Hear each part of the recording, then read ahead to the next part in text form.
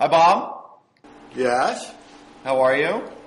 I'm good. Luckily, it's too cold for us to play golf today, so we'll have to talk about golf, I guess. We'll have to talk. Yes, this is the special Tiger Woods edition.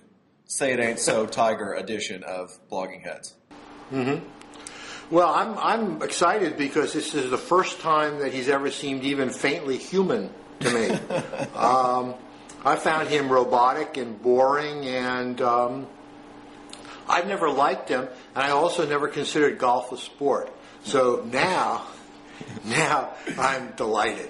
He started with two strikes in your book, so well. Yeah, Tell me a bit about this glee, because I completely agree with not knowing Tiger Woods. I mean, to me, reading the kind of reactions to this scandal, there's no "say it ain't so, Joe" kind of, oh, Tiger, how could you have let us down? It's all very impersonal, It's sort of like, go ahead. Yeah, but we kind of lose that. There is probably a human being in here, and I got to tell you a story about how I blew the Tiger Woods story. 20 years ago, I'm on a public golf course in Los Angeles. Old black golfer comes up to me, sees me, with my pen and paper, and he tells me, whatever I'm covering, forget it.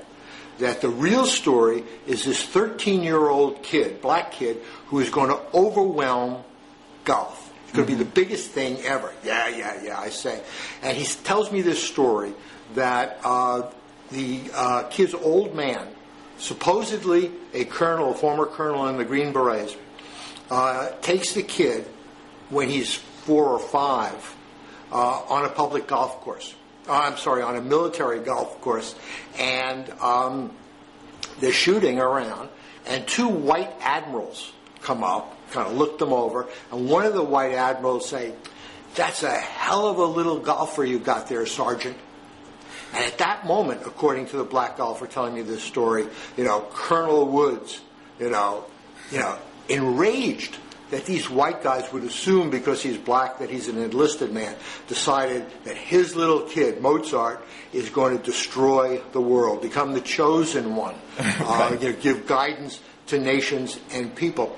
And thinking about that, even if there's the tiniest germ of truth in that story, I think about the drivenness that this kid was under, and that it's almost pathetic. Like Agassi needed, crystal meth to break away from Brooke Shield golf and his father.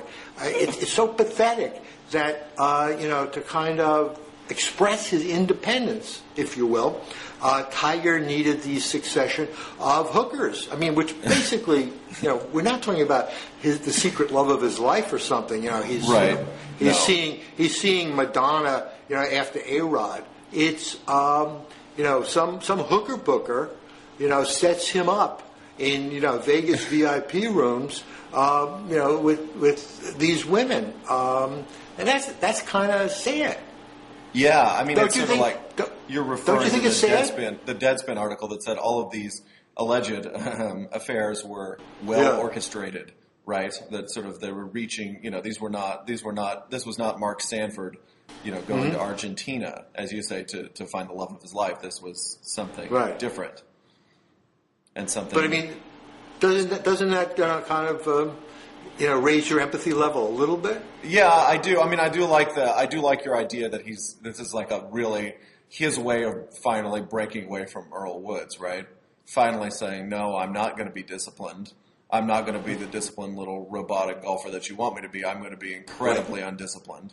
Incredibly, if even half of this is clear at this point, but even if half of those, pan out, this idea that Tiger is sort of, using this to boldly break away, I think is a very interesting angle. I seem to have a live picture. Yeah. Anyway, as we were saying, go ahead. There are 2 other things that, favorite sports columnists of mine have brought up. I mean, when the story first broke, the sports media predictably either said he deserves his privacy, all he owes us is what he does on the golf course, and the other hand said he must, come and apologize and tell us everything. But Jason Whitlock, Kansas City, the Love Boat, talked about the fact that where are the sisters? I mean, these were all kind of white blondes, like his wife. And Dave Zirin, the socialist sports writer, made the point that the real scrutiny should be Tiger and Chevron. I mean, not unlike Muhammad Ali, there was a real kind of movement to all the corporate dictators of the world, in making your money. So, I mean, that's another aspect of this guy. He's so, it's not even that he hid out, but he was such a tool of the corporate establishment. He kind of presented in such a way that the schadenfreude is kind of wonderful. I mean, that part of it, empathy for him as an individual, but that part of it, I really like seeing him go down. Well, to me, what's really interesting about the Tiger scandal is that when you see these sports columns where it talks about him apologizing, even the parameters of the apology are spelled out in the parameters of public relations, right? Yeah. I mean, you saw the New York Times this week, was calling, and I'm sure everybody else did this, was calling sports PR companies and saying, how should Tiger apologize in order to save his Nike contract, right? I mean, there was no hint that what Tiger would be doing was apologizing to, say, his fans or someone who would potentially be offended and or disappointed by his actions. It was to his corporate sponsors. Right. And, you have these people saying, oh, Tiger should go on Oprah because that's how – I mean, it was very much like – it was almost like a corporate – it reminded me of the reaction to some of the corporate scandals where what was at issue was not the moral part of it was not at issue, and maybe thank goodness given, how quick sports writers are usually to moralize about these things. But what was at issue was the millions of dollars involved in Tiger's investments, and so that was, and we didn't want to, how would this affect the Tiger brand, I should say, rather than, how this would affect Tiger, the man, to the extent that we know him. And everybody played into that, absolutely. I think that he should come on Blogging Heads, and he should apologize to you and me for diverting us from healthcare, the economy, and the war in Afghanistan. For 2 weeks. I mean, I'll have you know that by the way, this is the 2-week anniversary of Tiger's minor traffic accident today. So all of this has happened in 14 days. Mistress after mistress. The dropping of Tiger by Gatorade, which was reported in the New York Times last week, I guess, and all this. 14 days, have completely changed and or erased whatever public image of him was out there before this happened. Which is pretty good. Which is pretty amazing. What do you think? You're a true sports commentator. What do you think was his public image? I think it was. You and I have talked about this before, and I've written about this before. But I think, for most modern athletes, what we know about them as sports fans is completely through sports commercials, TV commercials. And so I think, Tiger's public image was, in recent years, Nike commercials, Gillette commercials, and then, and that was probably about 60, 70% of it. And then the other 30% of it was, Tiger on the course swearing and pumping his fist after winning majors. And I think that's about it. I didn't really see too many. I mean, you bring up interesting stuff about Earl Woods, but I think if you just take Tiger in the present and you looked at a transcript of everything he said publicly in the last, say, 10 years, you wouldn't find many shades of gray. You just find a couple of broad strokes. Tiger is determined. Tiger is disciplined, which we heard over and over again. He's determined. He's disciplined. He's often, he's got a very short fuse. We see that when he yells at fans who take pictures of him when he drives the ball and that kind of stuff. But really, that's about it. I think we could find 3 or 4 character traits, and the rest would be completely unknown. What do you think? Well, I not only do I think you're right, but I wonder if there's no there. I mean, he's never really had an opportunity to grow as a human being.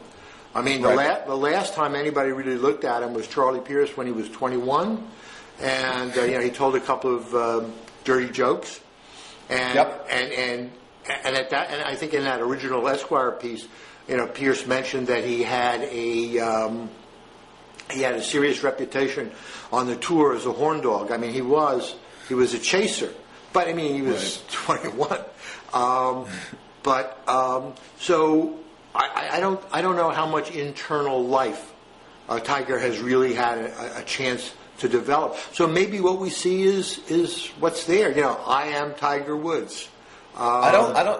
Yeah, I agree. I am Tiger Woods, period, and that doesn't signify much. I mean, I sort of think that if there's somebody to compare him to in terms of it's Michael Jordan in recent years, because I think, you know, with Michael Jordan, as we've seen Jordan was also intensely private, probably not as private as Tiger, but fairly private. We found out in later years that he wasn't exactly faithful to his wife, similar to Tiger in the broad strokes. But the thing about Jordan is, to me, every onion layer we peel off, what you find out about Michael Jordan is that Michael likes to gamble, Michael likes to race motorcycles, and, you know, Michael's intensely competitive, and then that's about it, you know. And with Tiger, I sort of feel the same way, even as the amazing sort of, you know, lurid details of all these affairs have come out. That, you know, my favorite being the Perkins waitress in Orlando, right? You know, the Perkins is kind of being a little weird chain restaurant. That really, there's just nothing interesting about it. You know, Tiger doesn't, you know, turn to the woman, you know, afterward and say, you know what about my dad? I have some real issues with my dad. Can I talk to you about it? I mean, there's just nothing. There's just nothing at all. And it's a banal, as lurid and crazy as it's been for the last 2 weeks, it's incredibly banal, the whole thing. But, you know, there's, in athletes in general, I assume in other kinds of great entertainers and performers, but particularly in athletes, because their first lives end so early, are basically unformed. They're adolescent. They're not interesting. What's always interesting, I've found fascinating, is to go interview athletes, you know, when they're in their 50s and 60s.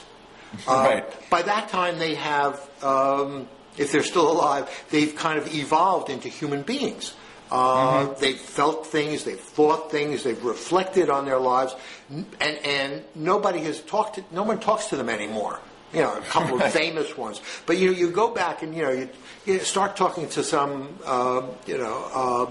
kind of stars, not superstars, but talk to stars in their 50s and 60s, and they have so many wonderful stories and insights and thoughts and anecdotes, and they're bursting to tell these stories. And in every one of these stories, there's this kind of this blank from the age of about 12. When they didn't have to take out the garbage anymore. Right. You know, they were identified as stars of the future to, 33, 34, whenever it is that they packed it in. And those 20 years are kind of, it's just a series of games. Right. And it's not until, it was over that they began to catch up and develop. And I think that, what you're saying about Tiger is there's probably not a lot there, and it's not totally his fault. Right. But the thing that people, sports columnists seem to be ending all their columns by saying the only person left is Derek Jeter. Uh-oh. And we know what that may have been. You remember, this reminds me of, the last clean slugger in baseball, clean meaning non-steroidal, is fill in the blank, and then inevitably 2 years later we find out that he's using steroids too. Yeah, so that seemingly would curse Derek Jeter in my eyes. Speaking of sports writers, by the way, I wanted to ask you about this. One thing we sort of have heard a little bit here and there during this is what did the sports writers know, and when did they know it? Because these guys were around Tiger on the tour. They presumably had inklings, if not direct evidence, that this kind of stuff was going on. They didn't put it in their columns, and maybe they should have, maybe they shouldn't. We can talk about that too. But as a guy who was in locker rooms, how much of this kind of stuff did you know was going on? Well, I think that I wasn't in the locker room, and I had no idea, but I do know that friends who were, they knew that he had a reputation as a chaser. Yep. But, he never seemed to want to interfere with his job. And two, he didn't, bring bimbos around. And I think that, the general feeling seemed to have been among golf writers that he disappeared. He was not around a lot. There was not easy access and back and forth. He would not show up at all the events, the dinners. He was not there. And I think that the general feeling was, and they were happy to think this was true, that the terrible pressures of celebrity and fame had driven him, to the yacht called privacy. So he hid out. And what they didn't realize, we didn't know, was that he was hiding out on the other side of the velvet rope, in the highest kind of VIP strip club imaginable. Right. I mean, it's the most charitable possible reading that, Tiger is just trying to get away from the hoopla of the PGA Tour as opposed to the prying eyes of, whomever, right? It's easy. It gets you off the responsibility for the story. I mean, and I don't necessarily equate it with the steroid story, which the sports press determinedly blew. Right. But the Tiger story, it kind of all fit. Of course, I suspect Tiger was taking steroids too. Don't you think? I mean, the way he bulked out, and that would. That might really answer the question of a lot of the wild and kinky stuff that he was doing with the 18 bimbos. It would certainly give the story legs for another week. I mean, I sort of think with it in terms of Tiger and the sportswriters. It's like if you did know about this or even any part of this, would you print it anyway? I mean, is it really, if you're a golf writer? Is it really an interesting story? Is it interesting that any of those guys are, sleeping around, having affairs, or whatever a professional golfer does? And I'm not sure that it is. It is now because it's just a wild media storm. But I don't know that if I'm hanging around the links and I see Tiger, slip into a Lincoln Town car and go off, that I'm really even that interested in where he's going. Yeah, Brian, whether it is or isn't, I think there's also a kind of pragmatic thing going here, which is the fact that golf is one of the most tightly controlled of all sports. And I think that, your fear of losing whatever access you had by attacking, Tiger is golf. There's not much else really going on. Mm-hmm. I had a little taste of it earlier in the year. I write op-eds for USA Today, and I wrote a column saying that the Masters was symbolic of everything that's retrograde in American life. I thought it was kind of a tongue-in-cheek column, but the PGA did not. And there was an orchestrated email and letters writing campaign to USA Today to have me removed from the op-ed board of contributors. And we're talking now hundreds and hundreds of letters, most of them from PGA, professional golfers, not necessarily tour golfers, but, greenskeepers and country club pros and teaching pros, people like that. And a lot of them were not necessarily boilerplate letters. They really sat down and wrote these letters about, the importance of golf, not only, to the, economy, but the importance of golf is a moral influence on America. The point being that this was the only sport, where guys called penalties on themselves, and that there was a kind of, a moral glue holding America together. Now that's a dangerous idea. But, wow, that's interesting. Right. It was an amazing outpouring, and luckily, I guess USA Today doesn't get a lot of golf ads. In any case, they love the attention. But I was just kind of amazed. I had never really seen that kind of orchestrated response by really sport interesting.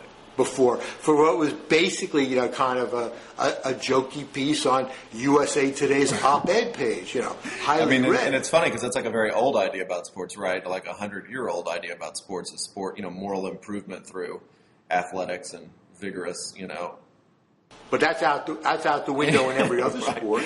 But the idea, it's a very funny idea that Tiger did not just disgrace himself, but he disgraced the gentleman's game, right, by not being a true gentleman in this case, if we want to extend the analogy. Mm-hmm. I think also, by the way, when you say that now, if there was a bargain being made, if and again, we're not on the golf tour every day, so who knows what it was actually happening. But to me, if any sports writer didn't write anything negative about Tiger, but because they were hoping to get some kind of great media penetrating interview at some point, they were making a bad deal. Because, you mentioned Charlie Pierce's GQ story from 1997. After that, Tiger basically completely shut down any kind of media access. You do not see penetrating interviews with Tiger Woods, even on ESPN, even in Sports Illustrated, even in the kind of places you would think you would see them. And he doesn't give them. And so the idea that you would be sort of saying, well, I'm going to... There was no handhold. Yeah, there was no way in. The idea that you'd be saying, well, I'm going to tiptoe around Tiger because... it might hurt me. Well, what's it going to hurt? What's he going to do? To continue to not talk to you? Those guys. There's no. Well, but Bryan, it wouldn't just be Tiger. Because Tiger is so integral to golf's health, really. Although I think this is going to bring a lot of eyeballs to the Golf Channel. I think that you would also lose access to other golfers. You would lose, official. You would just kind of have a hard time, And if you didn't come from a really important, mainstream, media outlet, you might find it tough to get credentials. Right. I think that Tiger could hurt you, or at least Nike and Gatorade and Tiger's handlers. The next thing you know, Phil Mickelson stops returning your phone calls because you write something about Tiger. He may actually be more likely to call you back if you're critical of Tiger, but in this case, the other thing go ahead. Well, Bryan, unless you have a lot more to say about Tiger Woods, I think that you're itching to really get into something really important, which is the real moral glue that holds America together. That's college football, absolutely. Well, I was at last week, prompted to write because college football has D.C., Washington politics have threatened to interfere with college football and change the game in what I think are dangerous ways, Bob, very, very dangerous ways. And for anyone who doesn't know that the college football right now is under a years-long controversy. And there's a group of people in Washington, including President Barack Obama and numerous members of Congress, who would like college football to be decided by a playoff system. Playoff system, Bob. And then there are a few of us holdouts who think college football is just fine like it is, and that deciding it in a kind of one-off bowl game is a perfectly simple and elegant way to finish off a college football season. And I made common cause with Ari Fleischer, the former George W. Bush spokesman. I know. I'm going to hold you to account to that. I was very surprised to see you in bed with the Bob, Bush these are not ordinary times. These are not ordinary times. And look, political. It's an alliance of convenience. I'm the first one to admit that. But look, I am looking for people to my camp. Right now, I'm convinced that the only people in my actual camp are the people who run the BCS, the Bowl Championship Series, which administers the system. Ari Fleischer, J.C. Watts, who's the former University of Oklahoma quarterback, then a representative who's lobbying on behalf of the BCS, and me. I really think there are like 10 of us. So unless you'd like to join our crusade today, I'll take anybody that I can get. If you'd like to join this grassroots movement. I think it's, first of all, I think the best argument we have going, and we'll post a link to the Daily Beast story I wrote, is that it's just the idea of Congress mandating college football is quite funny to me. The funny part is that a lot of the guys who are doing it, not Barack Obama, but a lot of the Republicans in Congress are guys who don't want the federal government to intervene in public schools, and yet they want the federal government to intervene in national championships. So I find that quite funny.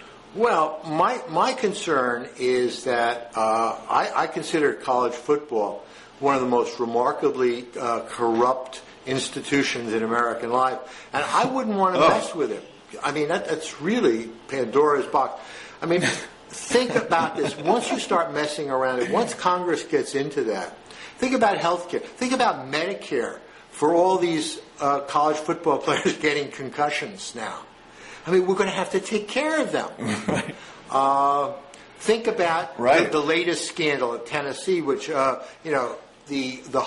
hostesses. there's kind of the sense that these are the young women in training to become part of Tiger's posse.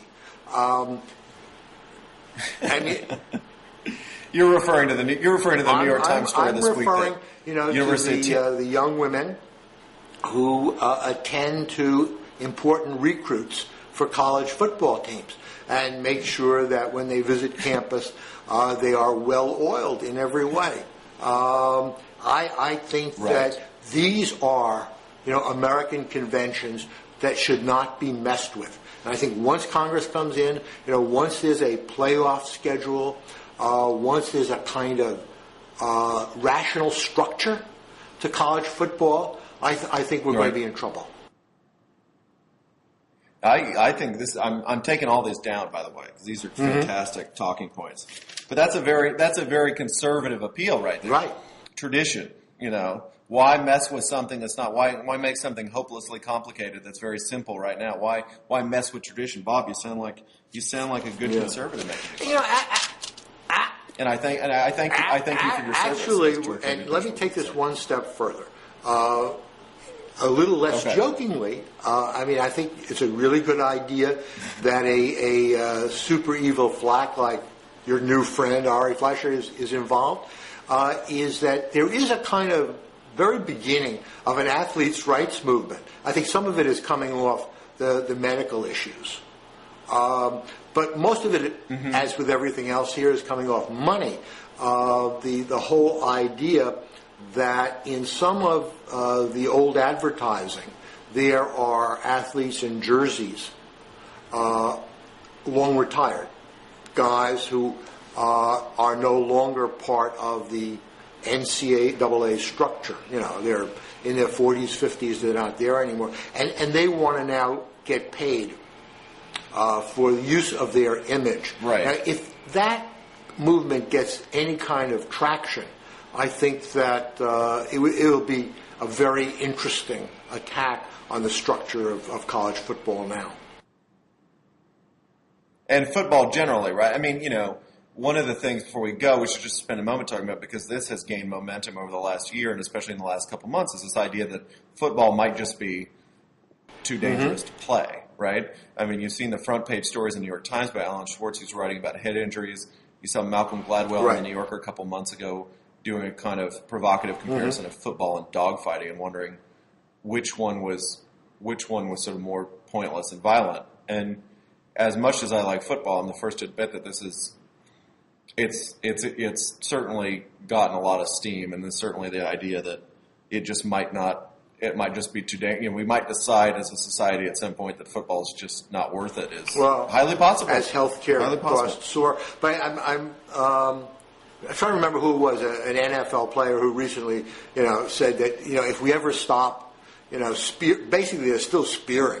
If we ever stop helmet to helmet collisions, it'll be just flag football. Well, maybe it should be just flag football, because now we're getting to the point where these 300-pounders, who really move so well, right, and hit so hard, can really do an awful lot of damage to each other, and are.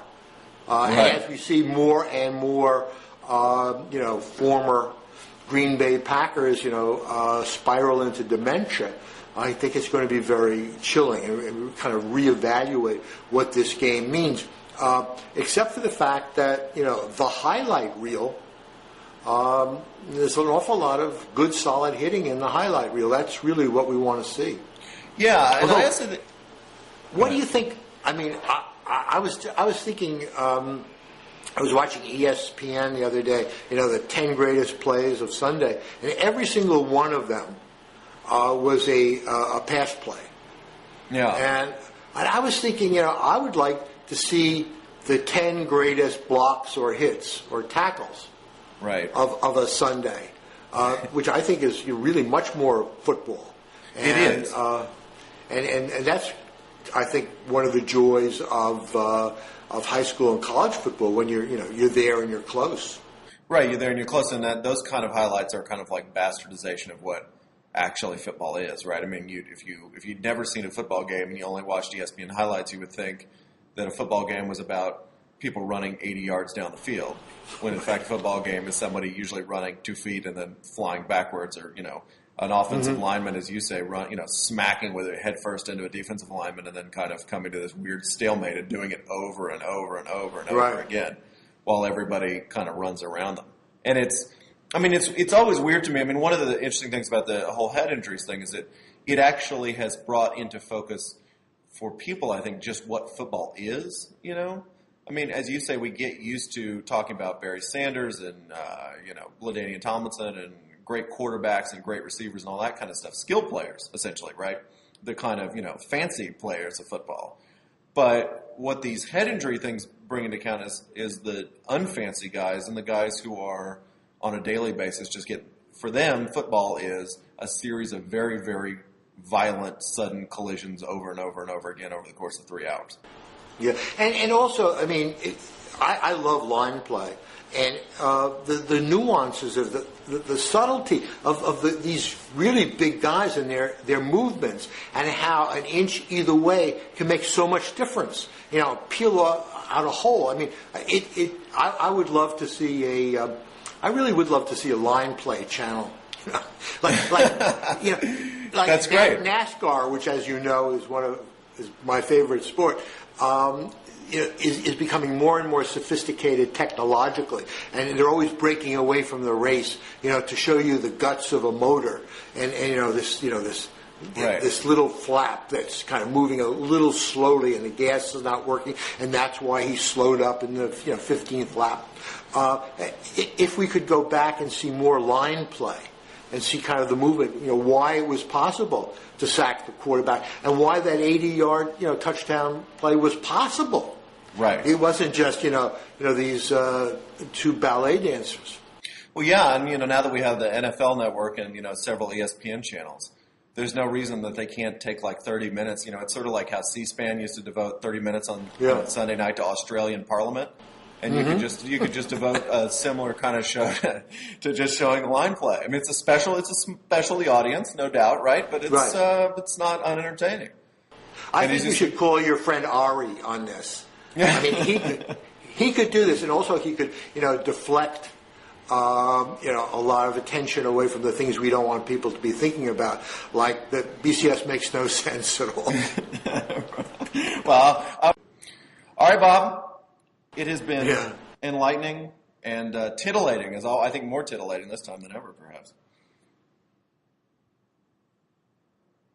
Yeah, I mean, sex, corruption, and injury. It's great drama. What else is there in sports? The thrill of victory and all the rest of it. Well, thank you, and we will talk again, hopefully sooner than the dawning of the next great sex scandal. I'm sure someone will come up with something for us to talk about very soon. Bye. Thanks, Bryan.